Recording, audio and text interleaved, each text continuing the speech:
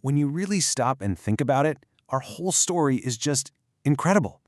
It all starts billions of years ago with these tiny little atoms floating around in space. And somehow we get from that cosmic dust to everything we see around us today. Cities, countries, this whole complex world. So the big question is, how did we pull it off? How did our species, Homo sapiens, go from being just one of many human-like species to basically running the entire planet? Well, the answer is pretty amazing. We didn't just evolve, we invented. We literally built civilization one big idea at a time, creating this toolkit of world-changing concepts to solve our biggest problems. So let's open up that toolkit and see what's inside. All right, the first and maybe the most important tool in our kit has to be agriculture. And this wasn't just a new way to get dinner, you guys. This was a complete and total redesign of human life itself, and it all got started in the fertile lands of Mesopotamia. So, in places like the city of Uruk, instead of running around chasing animals and gathering whatever berries we could find, we started making our own food. We figured out how to harvest grains, and that one invention, it changed everything. It let populations absolutely explode, with cities supporting over 50,000 people in one spot. But this incredible shift came with a really strange, unexpected price, one our own bodies had to pay. And get this, here's the physical toll we paid for all that progress. We literally shrank. The average guy went from about 5'9" all the way down to 5'3". The diet was way less varied, mostly just grains, and living so close together meant new diseases spread like wildfire.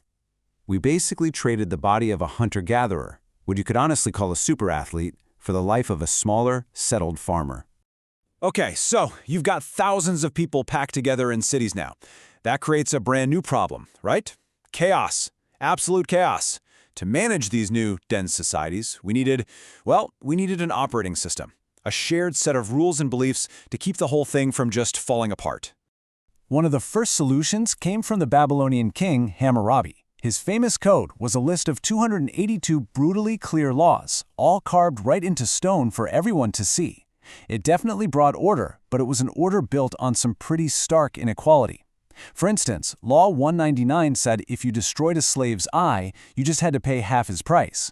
It made it crystal clear a nobleman's eye was officially worth a whole lot more. Now, the Egyptians, they went in a totally different direction. Their operating system wasn't just about loss, it was about divine purpose. You can see it right here in this pyramid structure. Everyone had their place, and the whole point for every single person below the pharaoh was to serve him. He wasn't just a king, he was their god king, their direct line to the heavens. So, once we've figured out how to get cities organized, what's the next logical step? You've got to scale up. So we invented what you could call the expansion pack, the empire. It was this powerful, repeatable blueprint for conquering and organizing huge territories. And wow, did Alexander the Great know how to use this blueprint? Just look at this timeline. Look at the speed. In a little over a decade, just 10 years, he took this small kingdom and forged one of the biggest empires the world had ever seen, stretching all the way from Greece to India. But having that kind of absolute power, it raises a really tricky new question. It's a question that thinkers like Plato were completely obsessed with. I mean, sure, it's one thing to conquer the world, but what's the right way to actually rule it? Plato argued that unless rulers could become true philosophers, humanity's problems were just never ever going to end. You see, these gigantic empires couldn't just exist in a bubble. For them to really work, to thrive, they had to connect to each other. And so, humanity came up with its next great tool, the global network. We're talking vast systems for trade, for sharing ideas, and yeah, of course, for fighting. And all of a sudden, the world started to feel a whole lot smaller. For the first time, goods, ideas, and people could travel further than ever before. And the most famous of these new networks was, of course, the Silk Road. It was the first real-deal connection between the massive powers at the East and the West. This table just lays it out so perfectly. You've got the Han Dynasty over in the East, and they're producing this incredible luxury good that everybody wants, silk. Then, way over in the West, you have the Roman Empire, and they are desperate to buy it. And right in the middle, you've got empires like the Parthians, who got incredibly rich and powerful just by controlling the trade routes and playing the middleman. And that brings us to the final, and maybe the most revolutionary tool in our ancient toolkit. It's the invention of the individual. This was the radical, game-changing idea that power shouldn't be absolute and that even ordinary people have rights. And let me tell you, this concept was going to completely reshape the world. A massive first step was the Magna Carta, back in 1215. Think about how wild this was. For the very first time, a king was basically forced to admit that even he wasn't above the law.